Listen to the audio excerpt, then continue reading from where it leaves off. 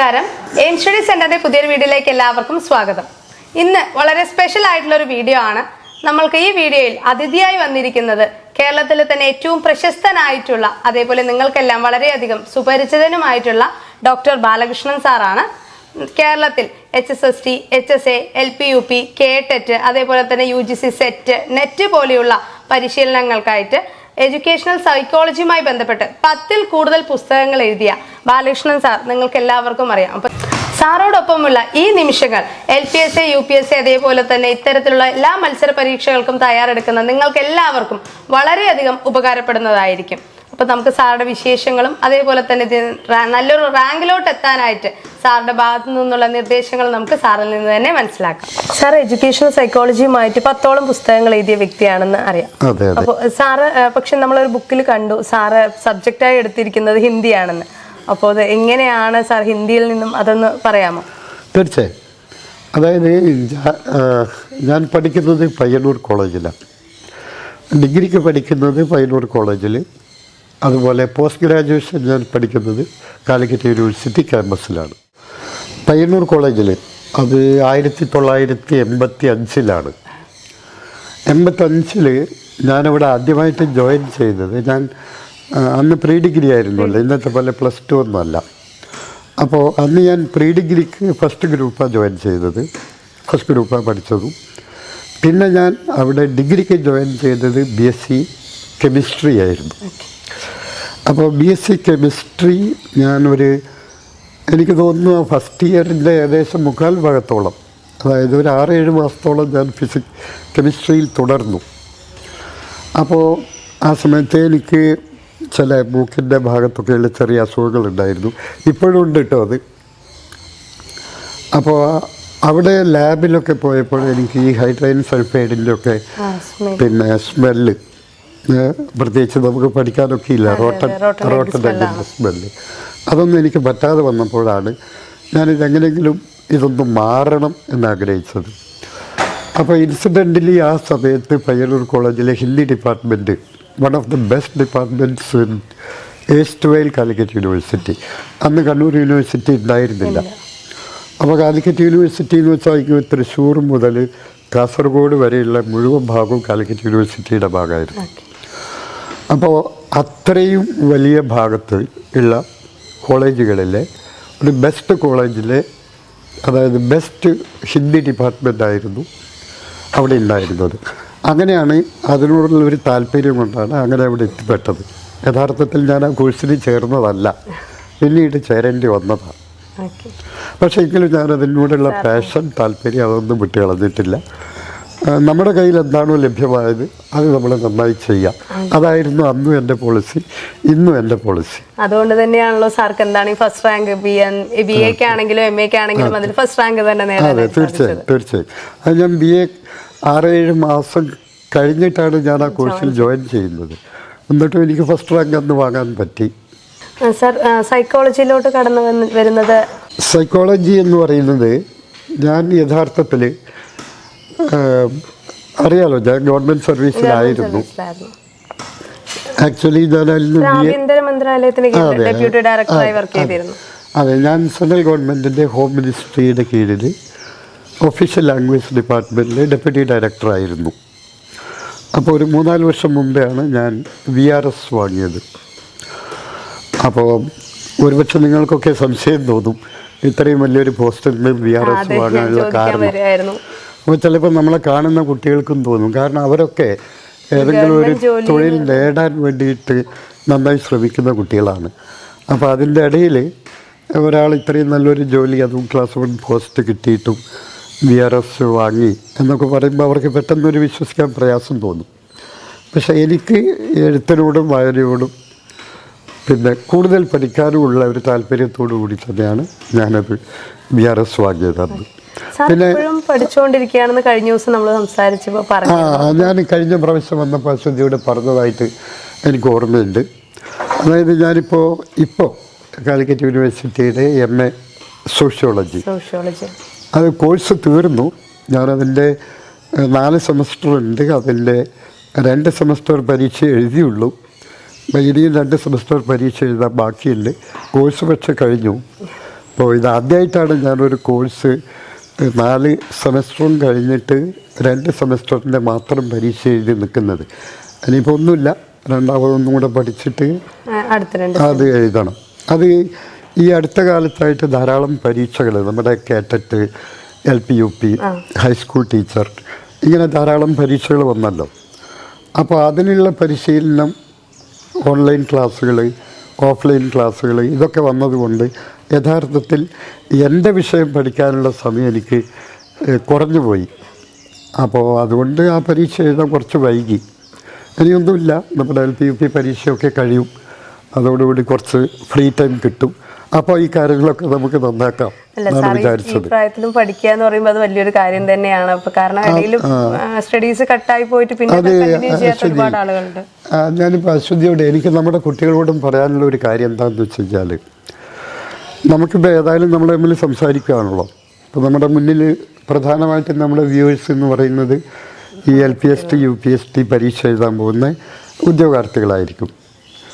അപ്പോൾ ഞാൻ അവരോട് എപ്പോഴും ക്ലാസ്സിൽ പറയാറുണ്ട്, അധ്യാപകൻ എന്ന് പറയുന്നത് ഒരു നിരന്തര വിദ്യാർത്ഥിയായിരിക്കണം. That means a teacher should always be a continuous learner. മനസ്സിലായില്ലേ? ഒരു അധ്യാപകൻ എപ്പോൾ പഠനം നിർത്തുന്നുവോ അപ്പോൾ അദ്ദേഹം അധ്യാപകൻ അല്ലാതായി മാറുകയാണ്. പക്ഷെ നമ്മുടെ ഒരു പോപ്പുലർ സങ്കല്പമുണ്ട്, നമ്മളൊരു പരീക്ഷ എഴുതി PSC കൂടി, നമ്മൾ വിജയിച്ചു, നമുക്കൊരു ജോലി കിട്ടി, അധ്യാപകനായി, ഇനിയൊന്നും വായിക്കണ്ട, ഇനി എല്ലാവരെയും പഠിപ്പിച്ചാൽ മതി എന്നുള്ളൊരു തെറ്റായ ധാരണ നമുക്കുണ്ട്. അതുകൊണ്ടാണ് നമ്മുടെ വിദ്യാഭ്യാസത്തിൻ്റെ ക്വാളിറ്റി അല്ലെങ്കിൽ അതിൻ്റെ ഒരു ഗുണമേന്മ കുറഞ്ഞു പോകാനുള്ള വൺ ഓഫ് ദ റീസൺസ് ആയിട്ട് എനിക്ക് തോന്നുന്നത് നമ്മുടെ അധ്യാപകരുടെ ഇത്തരം, എല്ലാ അധ്യാപകരുടെയും ഞാൻ പറയുന്നില്ല, അപ്ഡേഷൻ മാത്രമല്ല, എല്ലാ അധ്യാപകരുടെയും ഞാൻ പറയുന്നില്ല, പക്ഷെ കുറച്ചെങ്കിലും അധ്യാപകരുടെ ഒരു കാഴ്ചപ്പാട്, അതായത് പിന്നെ നമ്മൾക്കൊരു ജോലി കിട്ടിക്കഴിഞ്ഞാൽ പിന്നെ ആ ജോലി, അതേപോലെ ക്ലാസ്സിൽ പോയാൽ നമ്മൾ സിലബസിൽ പറഞ്ഞ കാര്യം എടുത്തു തീർക്കുക, ഇത്രയേ ഉള്ളൂ അധ്യാപകൻ്റെ ജോലി എന്ന ഒരു തരം ഒരു ചെറിയ ഏറ്റവും ലളിതമായൊരു സങ്കല്പം മാത്രമേ അവരുടെ മനസ്സിലുള്ളൂ. അപ്പോൾ എനിക്ക് ഓർമ്മ വരുന്നത് 1986 നമ്മുടെ ദേശീയ വിദ്യാഭ്യാസ നയം, രണ്ടാമത്തെ ദേശീയ വിദ്യാഭ്യാസ നയം, അശ്വതിക്കറിയാലോ, 68-ലാണ് ഒന്നാമത്തെ നയം. ഈ 86-ലെ രണ്ടാമത്തെ നയത്തിൽ കൃത്യമായി പറയുന്നുണ്ട് അധ്യാപകൻ ഒരു നിരന്തര വിദ്യാർത്ഥിയായിരിക്കണം.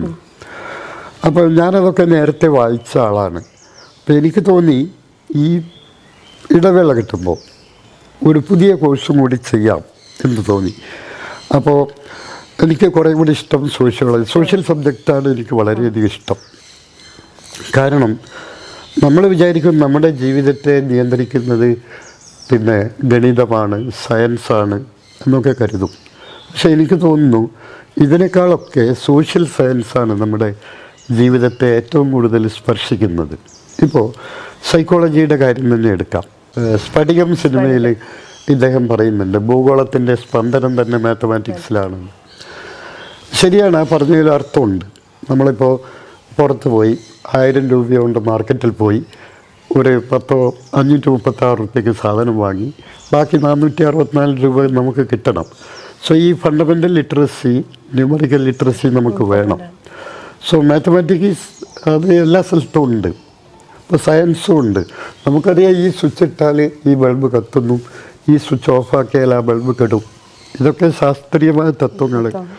ഇതിപ്പോൾ ന്യൂട്ടൺ പറഞ്ഞില്ലെങ്കിലും നമുക്കറിയാം, ഒരു പന്ത് ഉരുളുകയാണെങ്കിൽ so unless and until an external force stop there it will continue to go. ഇതെല്ലാവർക്കും അറിയാം. പക്ഷേ പലർക്കും അറിയാത്ത പല കാര്യങ്ങളുമുണ്ട്. അപ്പോൾ നമുക്ക് സൈക്കോളജിയെ തന്നെ എടുക്കാം. എൻ്റെ അഭിപ്രായത്തിൽ മനുഷ്യ ജീവിതത്തെ തുടക്കം മുതൽ, അതായത് ഇന്ന് രാവിലെ നിങ്ങൾ എഴുന്നേൽക്കുന്നത് മുതൽ രാത്രി നിങ്ങൾ കിടന്നുറങ്ങുന്നത് വരെ, ഇനി അതല്ലെങ്കിൽ ജീവിതത്തിൽ അങ്ങോളം ഞങ്ങളെ ഇത്രയും സ്പർശിക്കുന്ന വേറൊരു സോഷ്യൽ സയൻസ് ഇല്ല. That is psychology. ഏത് കാര്യത്തിലും സൈക്കോളജിയാണ് നമ്മൾ കാര്യങ്ങളെ സ്വാധീനിക്കുന്നത്. ഇപ്പം നമുക്ക് നമ്മുടെ മുന്നിൽ 2 സ്വീകാര്യമായ കാര്യങ്ങളുണ്ട്. അപ്പോൾ അതിൽ നിന്ന് ഏതെങ്കിലും ഒന്നേ തിരഞ്ഞെടുക്കാൻ നമുക്ക് പറ്റുള്ളൂ ഏത് തിരഞ്ഞെടുക്കണം എന്നുള്ളൊരു സംഘർഷം നമുക്ക് വരും. വലിയൊരു സംഘർഷമൊന്നും അല്ല അത്, പക്ഷെ എങ്കിലും ഉദാഹരണത്തിന് നമ്മുടെ കയ്യിൽ 100 രൂപയേ ഉള്ളൂ. നമ്മളൊരു ഐസ്ക്രീം ഷോപ്പിൽ പോയി. അപ്പോൾ അവിടെ നമുക്കിഷ്ടപ്പെട്ട 2 ഐസ്ക്രീം ഉണ്ട്, വാനിലയുണ്ട്, ചോക്ലേറ്റും ഉണ്ട്. പക്ഷെ നമുക്കൊരു ഐസ്ക്രീം വാങ്ങാനുള്ള പൈസ നമ്മുടെ കയ്യിലുള്ളൂ. എന്ന് വെച്ചാൽ വാനില വാങ്ങുമോ ചോക്ലേറ്റ് വാങ്ങുമോ? ഇത് സാധാരണ മനുഷ്യരുടെ മനസ്സിലുള്ള ഒരു ചെറിയ സംശയമാണ്. പക്ഷേ ഇതിന് സൈക്കോളജിസ്റ്റുകൾ പറയുന്നത്, കേർട്ട് ലെവിൻ പോലുള്ള ആൾക്കാർ പറയുന്നത് മേജർ കോൺഫ്ലിക്റ്റ് ആണെന്നാണ്. വ്യക്തിയുടെ ബിഹേവിയറിനെ പോലും സ്വാധീനിക്കുന്ന വലിയൊരു കോൺഫ്ലിക്റ്റ് ആണെന്നാണ് പറയുന്നത്. അപ്പോൾ സൈക്കോളജിയാണ് ഏറ്റവും കൂടുതൽ സ്വാധീനിക്കുന്നത് എന്നാണ് എനിക്ക് തോന്നുന്നത്. പിന്നെ വിദ്യാഭ്യാസത്തിൽ നമുക്കറിയാം ഏറ്റവും കൂടുതൽ സ്വാധീനം ചെലുത്തുന്നത് ഈ വിദ്യാഭ്യാസത്തിൻ്റെ ഒരു സാങ്കേതിക വിദ്യയുണ്ട്. യഥാർത്ഥത്തിൽ വിദ്യാഭ്യാസത്തിൻ്റെ സാങ്കേതിക വിദ്യയുടെ പേരാണ് മനഃശാസ്ത്രം. നമ്മൾക്ക് പലർക്കും കൺഫ്യൂഷനുണ്ട്. എന്താണ് വിദ്യാഭ്യാസത്തിൻ്റെ സാങ്കേതിക വിദ്യ, മറ്റൊന്ന് വിദ്യാഭ്യാസത്തിലെ സാങ്കേതിക വിദ്യ. ഇപ്പോൾ വിദ്യാഭ്യാസത്തിൻ്റെ സാങ്കേതിക വിദ്യ എന്ന് വെച്ചാൽ അത് മനഃശാസ്ത്രമാണ്. ഓക്കെ. എന്നാൽ വിദ്യാഭ്യാസത്തിലെ സാങ്കേതിക വിദ്യ, ഇപ്പോൾ നമ്മൾ വിദ്യാഭ്യാസം പകർന്നു കൊടുക്കുന്ന സമയത്ത് ഒരുപാട് ടീച്ചിങ് ലേണിംഗ് എയ്ഡ്സുകൾ, പിന്നെ ഈ ആധുനിക കാലത്ത് ICT ഒക്കെ ഡെവലപ്പ് ചെയ്ത് വന്നതോടുകൂടി കുറേ സോഫ്റ്റ്വെയർ ഒക്കെ വന്നു. അപ്പോൾ സോഫ്റ്റ്വെയർ പോലുള്ള കാര്യങ്ങളൊക്കെ, അതായത് അതൊക്കെ എഡ്യൂക്കേഷനിലെ സാങ്കേതിക വിദ്യയാണ്. എഡ്യൂക്കേഷൻ്റെ സാങ്കേതിക വിദ്യ ബേസ് ചെയ്തിരിക്കുന്നത് മനഃശാസ്ത്രമാണ്. അപ്പോൾ വിദ്യാഭ്യാസം എനിക്ക് വളരെ ഇഷ്ടപ്പെട്ടൊരു വിഷയമായതുകൊണ്ട് വിദ്യാഭ്യാസത്തിൻ്റെ എല്ലാ തലങ്ങളെക്കുറിച്ചും പഠിക്കണമെന്ന് എനിക്ക് തോന്നി. അങ്ങനെയാണ് ഞാൻ സൈക്കോളജിയിലേക്ക് വന്നത്, പ്രത്യേകിച്ച് എഡ്യൂക്കേഷണൽ സൈക്കോളജിയിലേക്ക്. സാർക്കറിയാം, നമ്മൾ എയിം സ്റ്റഡി സെന്റർ എന്ന് പറയുന്നത് 10 വർഷമായിട്ട് അധ്യാപക പരിശീലന രംഗത്ത് പ്രവർത്തിച്ചുകൊണ്ടിരിക്കുന്ന ഒരു സ്ഥാപനമാണ്. അപ്പോൾ കഴിഞ്ഞ LPSA UPSAയിലാണെങ്കിലും നമ്മൾക്ക് 250-ൽ കൂടുതൽ കുട്ടികൾ നമ്മുടെ അവിടെ നിന്നും പഠിച്ച് റാങ്ക് ലിസ്റ്റിലോട്ട് ഇടം നേടിയിട്ടുണ്ട്. അതേപോലെ കഴിഞ്ഞ 5 കേട്ടറ്റിലായിട്ടും നമുക്ക് 3000-ഓളം കുട്ടികൾ പാസ്സാവുകയും, അതേപോലെ കഴിഞ്ഞ ഓഗസ്റ്റിലെ റിസൾട്ടിൽ നമുക്ക് 600-ൽ കൂടുതൽ വിജയികൾ ഉണ്ടായിട്ടുണ്ട്. അപ്പോൾ നമ്മൾ ഇത്തവണ LPSA UPSA നോട്ടിഫിക്കേഷൻ വന്ന സാഹചര്യമാണ്. അപ്പോൾ നമ്മൾക്കിപ്പോൾ ഒരുപാട് ബാച്ചുകൾ കുട്ടികൾ പഠിക്കുന്നുണ്ട്. അപ്പോൾ LPSA UPSA നോട്ടിഫിക്കേഷൻ വന്ന ഈ ഒരു സാഹചര്യത്തിൽ അതിനായി തയ്യാറെടുക്കുന്ന ഉദ്യോഗാർത്ഥികളോട് സാർക്ക് എന്താണ് പറയാനുള്ളത്? അതായത് ഏത് പരീക്ഷ ആയാലും, അത് LPST ആവട്ടെ UPST ആവട്ടെ, അല്ലെങ്കിൽ LD ക്ലർക്കോ LGSO അല്ലെങ്കിൽ കേരള പബ്ലിക് സർവീസ് കമ്മീഷൻ നടത്തുന്ന ഏത് പരീക്ഷയാവട്ടെ, ഞാൻ ഇന്ന പരീക്ഷ എന്ന് പറയുന്നില്ല, ഏത് പരീക്ഷയായാലും നമ്മൾ ആദ്യം കാണേണ്ടത് നമ്മളെ എതിരാളി ആരാണെന്നാണ്. അപ്പോൾ നമ്മുടെ പല കുട്ടികൾ ഞാൻ ഉദ്ദേശിക്കുന്നത് നമ്മുടെ ഉദ്യോഗാർത്ഥികളെയാണ്. നമ്മുടെ ഉദ്യോഗാർത്ഥികൾ കരുതുന്നത് മറ്റുള്ള ഉദ്യോഗാർത്ഥികളാണ് നമ്മുടെ എതിരാളികൾ എന്നാണ്. യഥാർത്ഥത്തിൽ അതൊരു തെറ്റായ ധാരണയാണ്. നമ്മുടെ എതിരാളികൾ യഥാർത്ഥത്തിൽ നാം തന്നെയാണ്. അതായത് ഉദാഹരണത്തിന് നമുക്ക് ഒരു ചോദ്യത്തിന് ഉത്തരം എഴുതാൻ പറ്റിയില്ല എന്ന് വെച്ചോ, അപ്പോൾ യഥാർത്ഥത്തിൽ നമ്മുടെ ഒരു മാർക്ക് അവിടെ നഷ്ടമാവുകയാണ് അല്ലേ? അത് മറ്റാരുടെയെങ്കിലും സ്വാധീനം കൊണ്ടല്ല, നമ്മുടെ തന്നെ കഴിവില്ലായ്മ കൊണ്ടാണ്, അല്ലെങ്കിൽ നമ്മുടെ തന്നെ അറിവില്ലായ്മ കൊണ്ടാണ് നമുക്കവിടെ ഒരു മാർക്ക് നഷ്ടമാവുന്നത്. അതിന് നമ്മൾ മറ്റൊരാളെയും കുറ്റം പറഞ്ഞിട്ട് കാര്യമില്ല. അപ്പോൾ ഞാൻ അശ്വതിയോട് ഒരു കാര്യം ഒന്ന് ഓർമ്മിപ്പിക്കാം. ഞാൻ ഒരു ലൈവ് പ്രോഗ്രാം നടന്നുകൊണ്ടിരിക്കെ ഒരാൾ എന്നോട് ചോദിച്ചു, അതായത് ഈ LPST UPSTക്ക് ഇതുവരെ എത്ര അപ്ലിക്കൻസ് ഉണ്ട് എന്നറിയാനാ പറ്റുമോ സാറിൻ്റെ ഇത്? ഞാൻ ഇൻഫാക്റ്റ് ലൈവ് ക്ലാസ് നടത്തിക്കൊണ്ടിരിക്കുകയാണ്. അശ്വതിക്ക് ഒരുപക്ഷെ അറിയായിരിക്കും, ഞാൻ എയിംസിൽ തന്നെ ഞാൻ രാവിലെ മുതൽ വൈകുന്നേരം വരെ ഏകദേശം 5-6 മണിക്കൂർ നിന്ന് ക്ലാസ് റെക്കോർഡ് ചെയ്തതിന് ശേഷമാണ് രാത്രി 7 മണിക്ക് ലൈവിൽ വരുന്നത്. അവിടെയും ഞാൻ അവരെ പഠിപ്പിക്കുക എന്നുള്ള ഉദ്ദേശത്തോടു കൂടി വിഷയത്തിൽ ഊന്നിക്കൊണ്ട് സംസാരിക്കുമ്പോഴാണ് 1-2 ഉദ്യോഗാർത്ഥികൾ ഈ കഴിഞ്ഞ ലാസ്റ്റ് ദിവസം, കഴിഞ്ഞ ജനുവരി 25-26 മറ്റോ ആണെന്ന് എനിക്ക് തോന്നുന്നു, ഇതുവരെ എത്ര അപ്ലിക്കൻസ് ആയി എന്നോട് ചോദിച്ചു. യഥാർത്ഥത്തിൽ എനിക്ക് ദേഷ്യം വന്നുപോയി. കാരണം എത്ര അപ്ലിക്കൻസ് ആയി എന്നുള്ളത് ഒരിക്കലും നമ്മളെ ബാധിക്കുന്ന വിഷയമല്ല. അപ്പം ഞാൻ അശ്വതിയോട് തിരിച്ചൊരു ചോദ്യം ചോദിക്കാം. അതായത് നമുക്ക് 9 വേക്കൻസി ഉണ്ട്, 10 പേർ അപ്ലൈ ചെയ്തു എന്ന് കരുതുക. അപ്പോൾ നിങ്ങൾക്ക് കിട്ടണം നിർബന്ധമുണ്ടോ? അല്ല, യഥാർത്ഥത്തിൽ ആ 9 പേരും മറ്റുള്ളവർ കൊണ്ടുപോയാൽ നിങ്ങൾക്ക് അവിടെ കിട്ടില്ലല്ലോ. ഇല്ല. അപ്പോൾ നമ്മൾ പഠിക്കുന്നത്, നമ്മൾ മത്സരിക്കുന്നത് നമ്മളോട് തന്നെയാണ്. ഇപ്പോൾ ഒരു ഒളിമ്പിക്സിൽ PT ഉഷ ഓടുന്നു എന്ന് വെച്ചോ, വേറെയും 10 പേര് ഓടുന്നുണ്ട്. യഥാർത്ഥത്തിൽ PT ഉഷ മത്സരിക്കുന്ന ബാക്കി 9 പേരോടല്ല, PT ഉഷയോട് തന്നെയാണ്. അതായത് അവരിലെ ബെസ്റ്റ് പൊട്ടൻഷ്യൽ പുറത്തു കൊണ്ടുവരിക എന്നുള്ളതാണ് അവരുടെ ലക്ഷ്യം, അല്ലെങ്കിൽ അവർ ആഗ്രഹിക്കേണ്ടത്. ഇപ്പോൾ നമ്മുടെ LPST UPST എഴുതുന്ന ഉദ്യോഗാർത്ഥികളോടും എനിക്ക് പറയാനുള്ളത്, അവർക്ക് ഏറ്റവും ബെസ്റ്റായിട്ട് പുറത്തു കൊണ്ടുവരാവുന്ന ബെസ്റ്റ് പൊട്ടൻഷ്യൽ, നമ്മുടെ വൈഗോട്സ്കിയൊക്കെ പറഞ്ഞതുപോലെ the zone of proximal development ഉണ്ടല്ലോ, അത്രയും വളരെ ഉയർന്ന് മാർക്ക് നേടാൻ അവർക്ക് പറ്റുമോ എന്ന് നോക്കാം. മറ്റുള്ള കുട്ടികൾ എന്ത് ചെയ്യുന്നു എന്നുള്ളത് നമ്മൾ നോക്കേണ്ട കാര്യമില്ല. Because the only thing is that we cannot control dum, only we can control അവസരം. നമുക്ക് മാത്രമേ നമ്മൾ നിയന്ത്രിക്കാൻ പറ്റൂ, അല്ലെങ്കിൽ നമുക്കേ നമ്മളെ നിയന്ത്രിക്കാൻ പറ്റൂ. മറ്റൊരാളുടെ ആക്ഷനെ നമുക്കൊരിക്കലും നിയന്ത്രിക്കാൻ പറ്റില്ല. അപ്പോൾ മറ്റുള്ളവരെന്ത് പഠിക്കുന്നു എന്നല്ല, നമ്മൾ എത്രത്തോളം നന്നായി പഠിക്കുന്നു എന്നുള്ളതാണ് അതിലത്തെ പ്രധാനപ്പെട്ട കാര്യം. അതുകൊണ്ട് പിന്നെ ഉദ്യോഗാർത്ഥികളുടെ എണ്ണം കുറഞ്ഞു എന്നുള്ളത് കൊണ്ട് നിങ്ങൾക്ക് കിട്ടണമെന്നോ കൂടിയത് കൊണ്ട് കിട്ടില്ല എന്നോ അതൊക്കെ ഉപരിതലത്തിൽ നമുക്ക് പറയാവുന്ന കാര്യം മാത്രമാണ്. ആഴത്തിൽ നമ്മൾ അങ്ങനെ നോക്കിക്കാണുന്നത് ശരിയല്ലാതാണ് എൻ്റെ അഭിപ്രായം. നമ്മളെയും ഒരുപാട് കുട്ടികൾ വിളിച്ച് ചോദിക്കാറുണ്ട്, ഏത് ജില്ലയിലാണ് അപ്ലിക്കൻസ് കുറവ് എന്ന് പറഞ്ഞു തരുമോ, അതേപോലെ കട്ട് ഓഫ് എത്ര വരുന്നത് അറിയാമോ എന്നൊക്കെ ചോദിക്കാറുണ്ട്. അപ്പം ഞാൻ സാധാരണ പറയുന്നത് കട്ട് ഓഫ് എന്നുള്ളത് പരീക്ഷയുടെ നിലവാരത്തിനനുസരിച്ചാണ്. അതേപോലെ നമ്മളിപ്പോൾ കട്ട് ഓഫ് അല്ല ചിന്തിക്കേണ്ടത്, മാക്സിമം വർക്കൗട്ട് ചെയ്യുക, അതാണ് നമ്മൾ ചെയ്യേണ്ട കാര്യം. എനിക്കും തോന്നിയിട്ടുണ്ട്, എന്നെയും പല കുട്ടികൾ വിളിക്കാറുണ്ട്. ഈ കട്ട് ഓഫ് എന്നുള്ളതിനെ കുറിച്ച് തന്നെ ഒരു തെറ്റിദ്ധാരണയുണ്ട്. യഥാർത്ഥത്തിൽ നമുക്കൊരു ജില്ല എടുക്കാം, എറണാകുളം. ഈ എറണാകുളം ജില്ലയിൽ അടുത്ത 3 വർഷത്തിനുള്ളിൽ വരാൻ സാധ്യതയുള്ള ഒഴിവുകൾ, പ്രതീക്ഷിത ഒഴിവുകളുടെ, അതെ, അതിപ്പോൾ ഒരു 400 500 ആണെന്ന് നോക്കാം.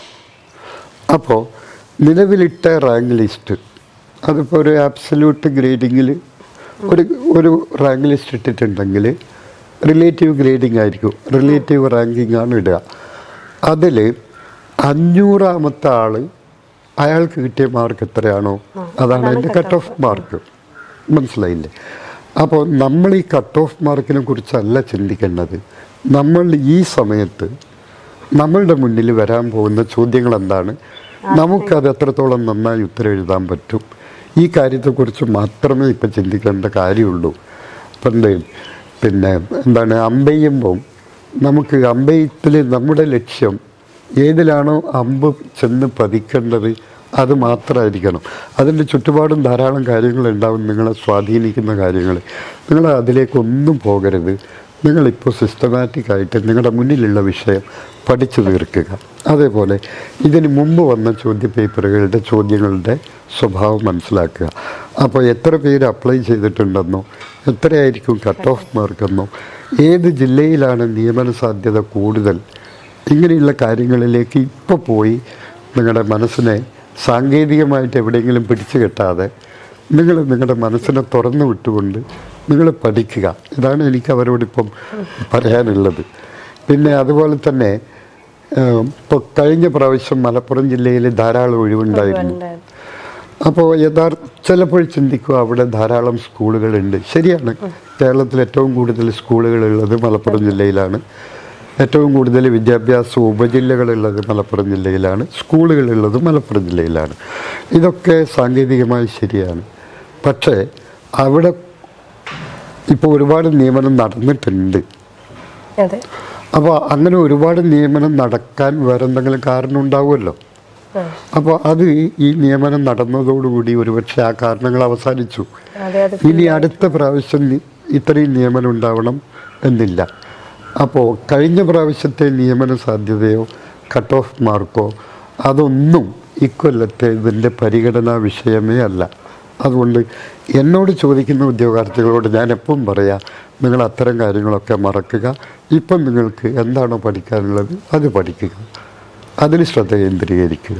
ഈ LPST, UPST, അതേപോലെ HSST പോലുള്ള പരീക്ഷകൾ എന്ന് പറയുമ്പോൾ നമ്മൾ മറ്റുള്ള പരീക്ഷകൾക്ക് തയ്യാറെടുക്കുന്നവരല്ല. അതായത് നമ്മൾ ടീച്ചിങ് മാത്രം ഫോക്കസ് ചെയ്ത് BEd അല്ലെങ്കിൽ TTC കഴിഞ്ഞിട്ടുള്ള ആളുകളാണ്. അപ്പോൾ അവർക്ക് മറ്റുള്ള PSC പരീക്ഷകൾ എഴുതി ശീലമില്ലാത്ത ആളുകളാണ്. അപ്പോൾ ഈ നെഗറ്റീവ് മാർക്കിംഗ് എന്നുള്ളത് അവർക്കിടയിൽ വരുന്ന ഏറ്റവും വലിയ വില്ലനാണ് അല്ലേ? അപ്പോൾ അത് എങ്ങനെയാണ് അത് മറികടക്കാനായിട്ട് സാധിക്കുക? അല്ല, ഈ നെഗറ്റീവ് മാർക്ക് എന്നുള്ളത് ഇപ്പോൾ LD ക്ലർക്കായാലും എല്ലാത്തിനും നെഗറ്റീവ് മാർക്കുണ്ട്. അപ്പോൾ നമ്മൾ ഒരു പരീക്ഷ എഴുതുമ്പോൾ ആ പരീക്ഷയുടെ ഘടന, അതായത് അതിൻ്റെ സ്ട്രക്ചർ ഓഫ് ദി എക്സാമിനേഷൻ അതെങ്ങനെയാണെന്ന് ആദ്യം അറിഞ്ഞിരിക്കണം. ഇപ്പോൾ നമുക്കറിയാം LPST, UPST പരീക്ഷയ്ക്ക് 100 മാർക്കിൻ്റെ ചോദ്യമാണ്. അതേപോലെ 75 മിനിറ്റാണ് അനുവദിച്ച സമയം, അതായത് 1.25 മണിക്കൂർ. അപ്പോൾ പലപ്പോഴും നമ്മുടെ ഉദ്യോഗാർത്ഥികൾക്ക് അറിയാത്തൊരു വിഷയമുണ്ട്. അതായത് ഈ 100 ചോദ്യം ഉണ്ടല്ലോ, 100 ചോദ്യം എന്ന് പറയുന്നത് ഈ 100 ബബിൾസ്, അതായത് നമ്മുടെ OMR ഷീറ്റിൽ നമ്മൾ 100 വൃത്തങ്ങൾ കറുപ്പിക്കണം. യഥാർത്ഥത്തിൽ നമ്മൾ കരുതിയത് ചോദ്യം വായിക്കുക, ചോദ്യത്തിൻ്റെ ഉത്തരം മനസ്സിലാക്കുക. ഈ ചോദ്യത്തിൻ്റെ ഉത്തരവും ചോദ്യം മനസ്സിലാക്കലും മാത്രമല്ല, മറിച്ച് മനസ്സിലാക്കിയ ഈ ഉത്തരം അവിടെ രേഖപ്പെടുത്തുകയും വേണം. അപ്പോൾ യഥാർത്ഥത്തിൽ നമുക്ക് 100 ചോദ്യത്തിന് 75 മിനിറ്റ് അല്ല കിട്ടുന്നത്. അതെ. അപ്പോൾ അതിൻ്റെ അർത്ഥം ഒരു ചോദ്യത്തിന് കിട്ടുന്നത്, ഒരു ചോദ്യം എഴുതാൻ കിട്ടുന്നത് 45 സെക്കൻഡോ മറ്റോ ആണ്. അതായത് 1 മിനിറ്റ് പോലും കിട്ടുന്നില്ല.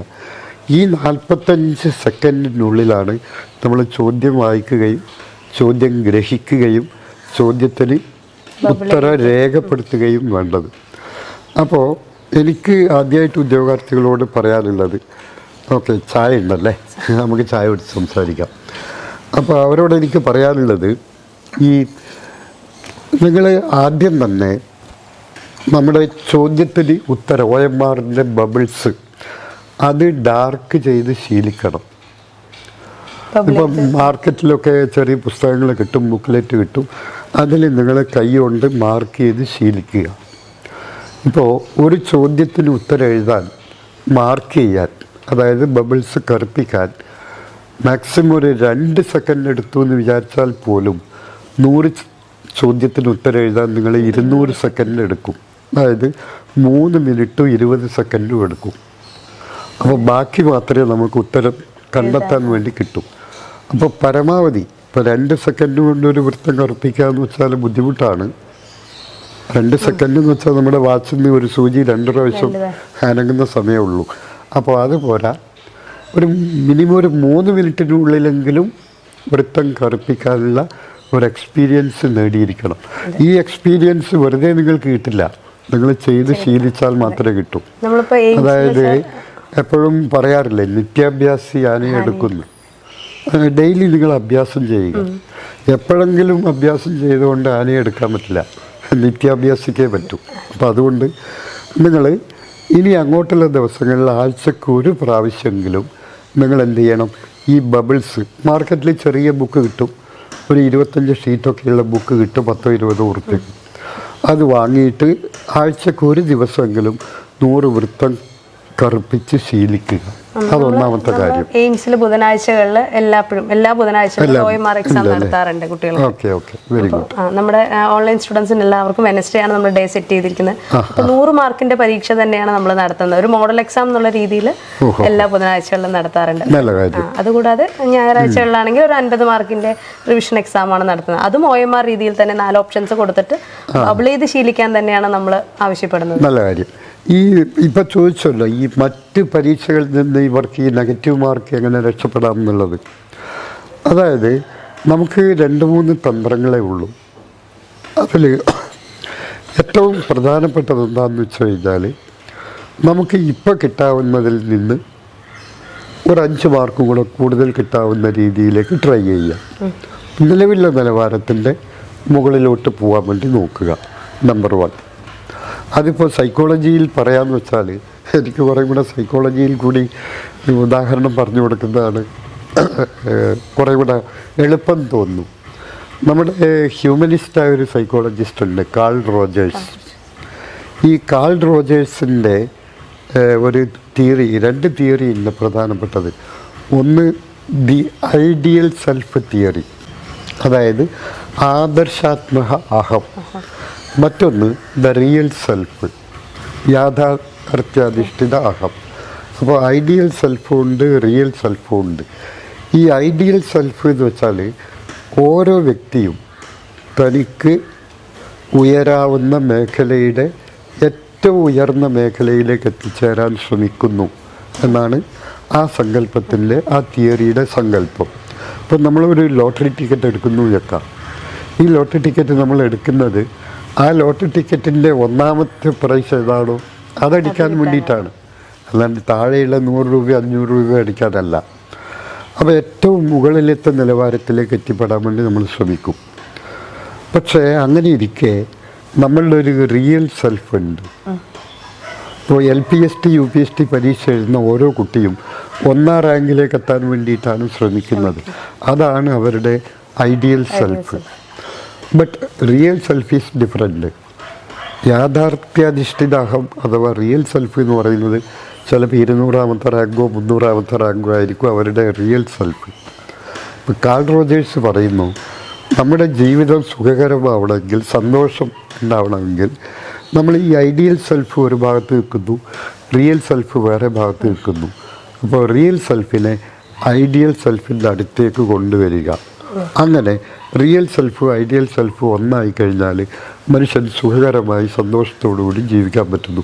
ഇല്ലെങ്കിൽ സംഘർഷം ഉണ്ടാവുമെന്നാണ് പറയുന്നത്. അപ്പോൾ ഇപ്പം 300ാമത്തെ റാങ്ക് നിൽക്കുന്ന ആൾ 1 മാസം കൊണ്ട് ശ്രമിച്ച് 250ലേക്ക് എത്തുക. പിന്നെ 1 മാസം കൂടെ ശ്രമിച്ച് 240ലേക്കോ 220ലേക്കോ 200ലേക്കോ എത്തുക. അങ്ങനെ ഓരോ മാസവും നിങ്ങളുടെ പ്രോഗ്രസ് നിങ്ങൾ തന്നെ ജഡ്ജ് ചെയ്യണം.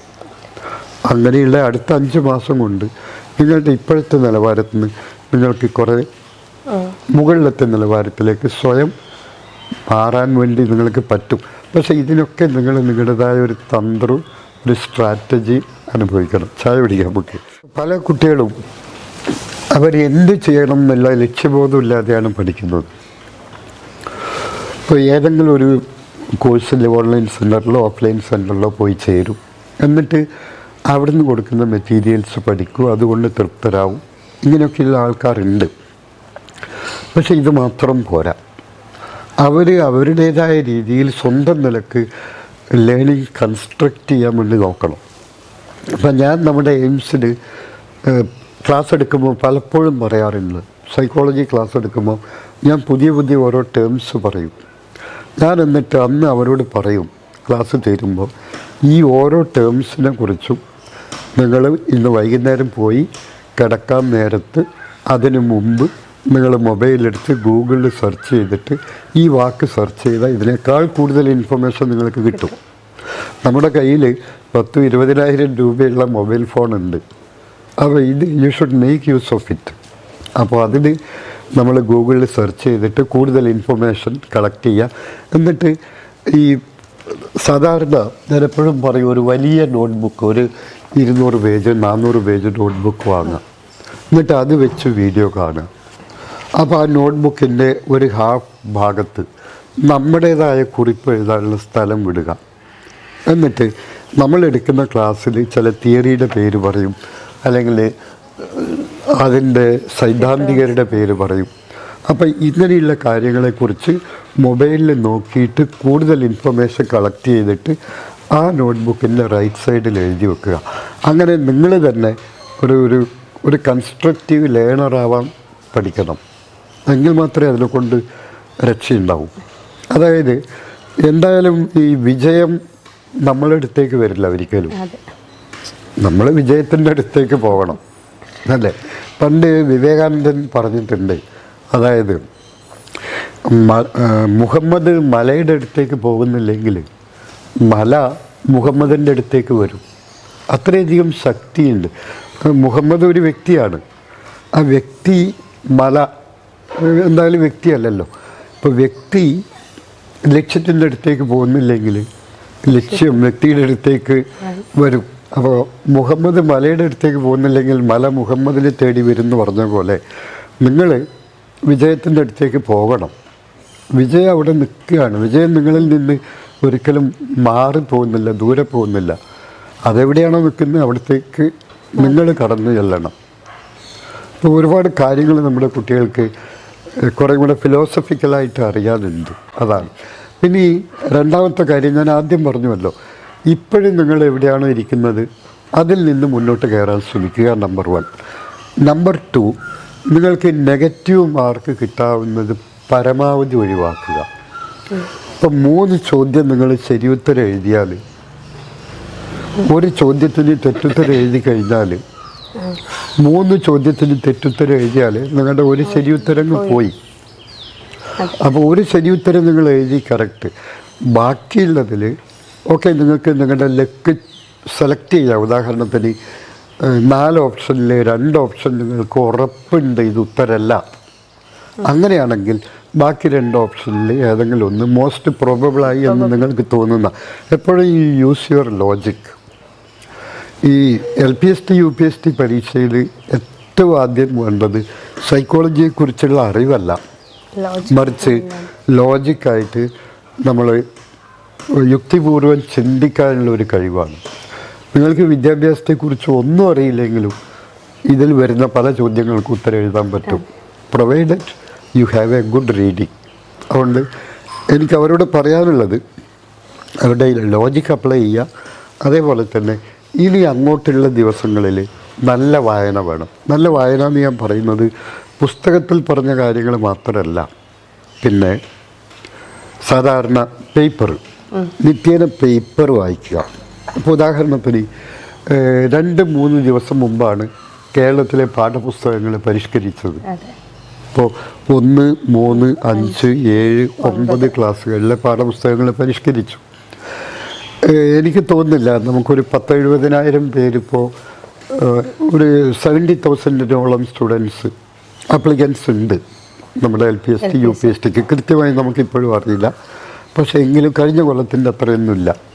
ഈ 70,000 കുട്ടികളിൽ, ഉദ്യോഗാർത്ഥികളിൽ എത്ര പേർക്കറിയാം നമ്മുടെ ഈ 1, 3, 5, 7, 9 പാഠപുസ്തകങ്ങൾ പരിഷ്കരിച്ചു? നമ്പർ 1. നമ്പർ 2, NA ഖാദർ കമ്മിറ്റിയുടെ റിപ്പോർട്ട് സർക്കാർ അംഗീകരിച്ചു. രണ്ടാമത്തെ കാര്യം. മൂന്നാമത്തെ കാര്യം, 2023 കേരള പാഠ്യപദ്ധതി പരിഷ്കരണത്തിൻ്റെ അവസാന ഘട്ടത്തിലാണ്. അതതിൻ്റെ ഫോക്കസ് ഗ്രൂപ്പ് സ്റ്റഡി ചെയ്തുകൊണ്ടിരിക്കുക. ഇതാണ് 3 ഇമ്പോർട്ടൻ്റായ കാര്യങ്ങൾ ഒരാഴ്ചക്കുള്ളിൽ നടന്നത്. പക്ഷേ നമ്മളിൽ എത്ര പേർക്ക് ഈ പരീക്ഷ എഴുതാൻ പോകുന്ന എത്ര പേർക്ക് ആ അറിവുണ്ട്? ഞാൻ അത് അവരെ കുറ്റപ്പെടുത്തുകയല്ല ചെയ്യുന്നത്. അവർ അവരുടെ പത്രം വായിച്ച് ഇത്തരം കാര്യങ്ങൾ രേഖപ്പെടുത്തുക. 2 കാര്യമുണ്ട്. ഇനി അങ്ങോട്ട് ഉദാഹരണത്തിന് ഒരു 3-4 മാർക്കിൻ്റെ കറണ്ട് അഫയേഴ്സ് ചോദ്യങ്ങൾ ജനറൽ നോളജിൽ അതേ ഉണ്ടാവും. അപ്പോൾ ഈ കറണ്ട് അഫയേഴ്സ് ചോദ്യങ്ങൾ മുഴുവനും ഇപ്പോൾ ജൂണിലാണ് അല്ലെങ്കിൽ ജൂലൈയിലാണ് പരീക്ഷയെങ്കിൽ എന്താ സംഭവിക്കുന്നത്? ക്വസ്റ്റ്യൻ പേപ്പർ ഇടുന്നത് ഒരു ഏപ്രിൽ മെയ് മാസങ്ങളിലൊക്കെ ആയിരിക്കും. അപ്പോൾ ഏപ്രിൽ മാസം ക്വസ്റ്റ്യൻ ഇടുന്നു എന്ന് വെച്ചാൽ തന്നെ ഒരു ഫെബ്രുവരി, മാർച്ച്, ഏപ്രിൽ മാസങ്ങളിലെ കറണ്ട് അഫയേഴ്സിനായിരിക്കും കൂടുതൽ ഇമ്പോർട്ടൻസ്. കാരണം അതാണല്ലോ കറണ്ട്, ബാക്കിയുള്ളത് ഓൾഡായല്ലോ. അപ്പോൾ യഥാർത്ഥത്തിൽ ഫെബ്രുവരി, മാർച്ച്, ഏപ്രിൽ ഈ 3 മാസങ്ങളിലെ പേപ്പർ വായിക്കുക. ഒരു പേപ്പർ നിങ്ങൾ ഡെയിലി വായിക്കണം. അത് മലയാളത്തിലെ ഏതെങ്കിലും ഒരു നല്ല പേപ്പർ. ഈ നല്ല പേപ്പറിൽ ഞാൻ ഉദ്ദേശിക്കുന്നത് ഏതെങ്കിലും രാഷ്ട്രീയ പാർട്ടികളുടെ സ്വാധീനം കൊണ്ടുണ്ടാകുന്ന പേപ്പറുകളുണ്ടല്ലോ, പാർട്ടി നടത്തുന്ന പേപ്പറുകൾ. അത്തരം പേപ്പറുകളിൽ നിന്ന് നമുക്ക് കൃത്യമായ വാർത്ത കിട്ടിക്കൊള്ളണമെന്നില്ല. എന്നാൽ മുഖ്യധാരാ മാധ്യമങ്ങളായിരിക്കുകയും വേണം. അപ്പം ഞാൻ പറയാതെ തന്നെ കേരളത്തിലെ 2 പ്രധാനപ്പെട്ട പത്രങ്ങളുടെ പേര് നമ്മുടെ വായനക്കാർക്ക് മനസ്സിലാവും, മാതൃഭൂമിയോ മനോരമയോ. അപ്പോൾ ഇങ്ങനെയുള്ള പേപ്പർ എടുത്ത് വെക്കുക. എന്നിട്ട് ഓരോ ദിവസവും പേപ്പർ വായിക്കുക. നിങ്ങൾക്ക് ചുരുങ്ങിയത് ഒരു 10-20 ജനറൽ നോളജ് പോയിന്റ്സ് അതിൽ നിന്ന് കിട്ടും. നമുക്കൊരു 10 പോയിന്റ് കിട്ടുന്നു നോക്കാം. 10 കറണ്ട് അഫയേഴ്സ് 30 ദിവസം കൊണ്ട് എത്രയും 300 എണ്ണായി. അടുത്ത 3 മാസം കൊണ്ട് നോക്കിയാൽ 1000 കറണ്ട് അഫയേഴ്സ് ചോദ്യങ്ങൾ കിട്ടും. ഇത് തന്നെയായിരിക്കും അടുത്ത UP പരീക്ഷയ്ക്ക് LP UP പരീക്ഷയ്ക്ക് വരിക. അപ്പം നമ്മൾ അതിനു വേണ്ടിയിട്ട് ഒരു സ്ട്രാറ്റജി തയ്യാറാക്കണം. അത് എന്ത് കാര്യത്തിലും ജീവിതത്തിൽ നമ്മൾ എന്ത് ചെയ്യുമ്പോഴും ആദ്യം അതിൻ്റെ ലക്ഷ്യം നിർണ്ണയിക്കുക, എന്നിട്ട് അതിലേക്കുള്ള വഴി തിരഞ്ഞെടുക്കുക, എന്നിട്ട് ആ വഴി എക്സിക്യൂട്ട് ചെയ്യുക, എന്നിട്ട് അത് വിജയിച്ചോ എന്ന് പരിശോധിക്കുക, പിന്നെ പുനഃപരിശോധിക്കുക, പിന്നെ അത് സ്വീകരിക്കുക. ഇതൊക്കെയാണ് എൻ്റെ ക്രമമായ പ്രോബ്ലം സോൾവിങ് മെത്തേഡിലെ ക്രമമായ രീതി. അത് പാലിക്കാൻ നമ്മൾ തയ്യാറാവണം. എന്ന് വെച്ചാൽ നമ്മൾ കുറേ കൂടി ശാസ്ത്രീയമാവാനുണ്ട്. നമ്മുടെ മത്സര പരീക്ഷകൾ എഴുതുന്ന കുട്ടികളിൽ ധാരാളം പേര്, എനിക്ക് തോന്നുന്നത് ഒരു 60-70% പേരും എന്തെങ്കിലും എഴുതണമല്ലോ, പരീക്ഷ എഴുതണമല്ലോ, അല്ലെങ്കിൽ വീട്ടുകാരെന്ത് വിചാരിക്കും, വീട്ടിൽ അച്ഛനും അമ്മയും എന്ത് വിചാരിക്കും, ഇങ്ങനെയൊക്കെ കരുതി പരീക്ഷ എഴുതുന്നവരുണ്ട്. But a very few percentage only consider the exam in it serious way. അപ്പോൾ എനിക്കവരോട് പറയാനുള്ളത്, ഇപ്പോൾ ഒരു 70,000 പേര് LP UPക്ക് വേണ്ടി അപേക്ഷിക്കുന്നുണ്ടെങ്കിൽ ഇതിൽ കൃത്യമായി പരീക്ഷയ്ക്ക് വേണ്ടി പഠിച്ച് സീരിയസ് ആയി ചെയ്യുന്നത് എൻ്റെ കയ്യിൽ കൃത്യമായ തെളിവൊന്നുമില്ല, ഞാൻ ഊഹം വെച്ച് പറയാണ്, ഒരു 10,000-20,000 പേരായിരിക്കും. അതായത് ഒരു 30-35-40% പേര്. അപ്പോൾ യഥാർത്ഥത്തിൽ നിങ്ങൾക്ക് മത്സരിക്കേണ്ടി വരുന്നത് മുഴുവൻ അപ്ലിക്കൻസിനോടൊന്നും അല്ല. ഞാൻ നേരത്തെ പറഞ്ഞതിൽ നിന്നും കുറച്ചൊന്ന് മാറി പറയാണ്, മത്സരിക്കേണ്ടി വരുന്നവരുടെ എണ്ണം വീണ്ടും എത്രയോ കുറയാണ്. നല്ല സാധ്യതയുണ്ട്. ഞാൻ പല ക്ലാസ്സുകളിലും പറഞ്ഞിട്ടുള്ളതാണ്. അതായത് നമ്മൾ നോക്കുമ്പോൾ LD ക്ലർക്ക് അപേക്ഷ, LD ക്ലർക്കിന് ഒരു എനിക്ക് തോന്നുന്നു 12 ലക്ഷത്തിൽ താഴെയോ മറ്റുമാണ് അപേക്ഷകർ. നമുക്ക് 12 ലക്ഷം അപേക്ഷകരെന്ന് കൂട്ടാം. ഈ 12 ലക്ഷം അപേക്ഷകരിൽ നിന്ന് ഈ LD ക്ലർക്കായിട്ട് നിയമനം ലഭിക്കാൻ പോകുന്നത് അടുത്ത 3 വർഷത്തിനുള്ളിൽ ലഭിക്കാൻ പോകുന്നത് ഒരു 10,000-ൽ താഴെ ആൾക്കാർ, 10,000 ഉണ്ടാവുമെന്ന് എനിക്ക് തോന്നുന്നില്ല. അതായത് 12,000-ൽ ഒരു 7-8 ആയിരം പേർക്ക് മാത്രമാണ് നിയമനം ലഭിക്കാൻ വേണ്ടി പോകുന്നത്, അല്ലേ? നോക്കൂ, അപ്പോൾ അതിൻ്റെ പെർസെൻറ്റേജ് എത്രയായി? Less than 1%. അതായത് 0.08. അതായത് 12 ലക്ഷത്തിൻ്റെ 1% എന്ന് വെച്ചാൽ 1,20,000 ആയി. അതിൻ്റെ 0.1 വെച്ചാൽ 12,000 ആയി. അപ്പോൾ 0.08% ആൾക്കാണ് നിയമനം കിട്ടുന്നത്. പക്ഷേ നമ്മുടെ LP UP എടുത്തു നോക്കൂ. അതായത് ഒരു 60,000-70,000 പേര് അപ്ലൈ ചെയ്തു. 70,000 തന്നെ വെച്ചോ. കേരളത്തിൽ എല്ലാ ജില്ലകളിലും കൂടി, അതായത് 14 ജില്ലകളിലും കൂടി ഏകദേശം ഒരു 6,000-7,000 പേർക്ക് നിയമനം കിട്ടും. കഴിഞ്ഞ കൊല്ലം മലപ്പുറം ജില്ലയിൽ LPക്ക് മാത്രം 1,200 പേരെ അപ്പോയിൻ്റ് ചെയ്തു.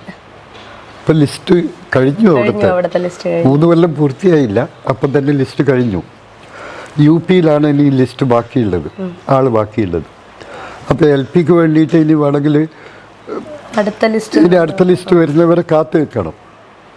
അപ്പോൾ അതിൻ്റെ അടുത്ത് ഒരു 600-700 പേരെ, ഒരു 800 പേരെയൊക്കെ നിയമിച്ചാൽ തന്നെ, 600 പേരെ നിയമിച്ചാൽ തന്നെ 8,000-9,000 പേരായി. അതായത് കേരളത്തിലെ 14 ജില്ലകളിൽ കൂടി. അതായത് 70,000 പേരിൽ നമുക്കൊരു 7,000 പേരെ നിയമിക്കുന്നു എന്ന് വെക്കാം. അപ്പോൾ 10%. സോ LD ക്ലർക്കിൽ നിങ്ങൾക്ക് കിട്ടുന്നത് 0.08 ആണ് നിങ്ങളുടെ വിന്നിങ് പെർസെൻറ്റേജ്. പക്ഷേ ഇവിടെ നിങ്ങൾക്ക് 10% ആണ്. അപ്പോൾ ഇത് വലിയൊരു അവസരമാണ്. അത് കണ്ട് ഇനി എല്ലാവരോടും എനിക്ക് പറയാനുള്ളത് അത്രയേ ഉള്ളൂ. ഈ ഒരു അവസരം കണ്ടിട്ട് ഇതിനേക്കാൾ മെച്ചപ്പെട്ടൊരു അവസരം യഥാർത്ഥത്തിൽ സ്വപ്നത്തിൽ മാത്രമാണ്. അപ്പം അത് കണ്ട് പഠിക്കുക എന്നുള്ളതാണ് പറയാനുള്ളത്.